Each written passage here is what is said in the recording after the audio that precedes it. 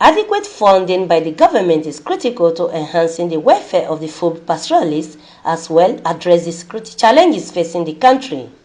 The Executive Governor of Niger State, Alhaji Abubakar Bello, stated this at a one-day National Security Summit organized by the Miyetti Allah Cattle Breeders Association of Nigeria in collaboration with the Northern Consensus Movement held in the nation's capital.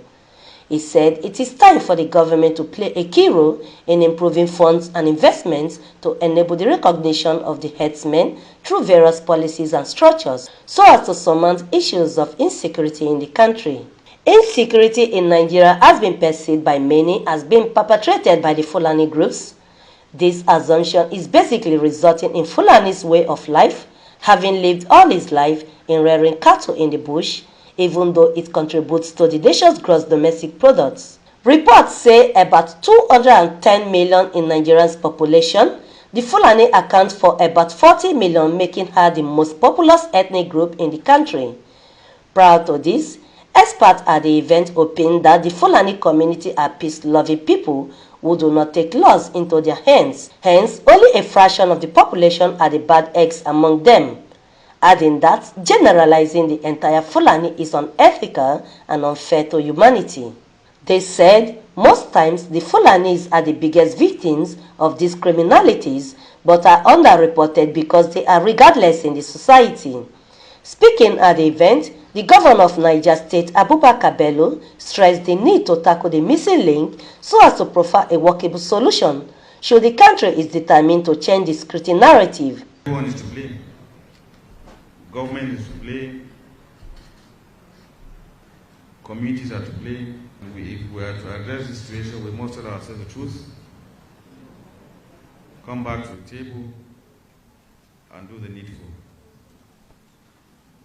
I believe that this situation can be addressed as long as certain measures are being taken.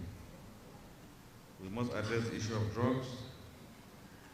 We must address the issue of arms proliferation. We must recognize the herdsmen because they contribute to our GDP. They are being maltreated. They are scared to go to the local district head or even the police or vigilantes. In some cases, when they go to report, the crime for which they are victims is being turned upon them. What do? They revert back to their forest, where they have control. And to this day, they have absolute control of the forest. They know the forest well, and it has become a problem for everyone. Floods, we provide palliatives to farmers that have lost their farms or their crops. When a young boy, a young Fulani boy loses his cattle to cattle rustlers, no one even knows. No palliative. The time has come for government to play a major critical role to address some of these anomalies. The government must invest. The government must recognize the herdsmen and ensure that there is some kind of palliative which will serve as some kind of insurance to the genuine herdsman that loses cattle to cattle rustlers. Also, the Minister of Agriculture and Rural Development, Ahmed Abubakar, while lamenting the slow in livestock production, expressed the government's determination to rebranding its policies in order to address the needs and aspirations of the citizens. A lot has gone under the table. Unfortunately, this has already happened. However, one thing I can concur, we do have solution.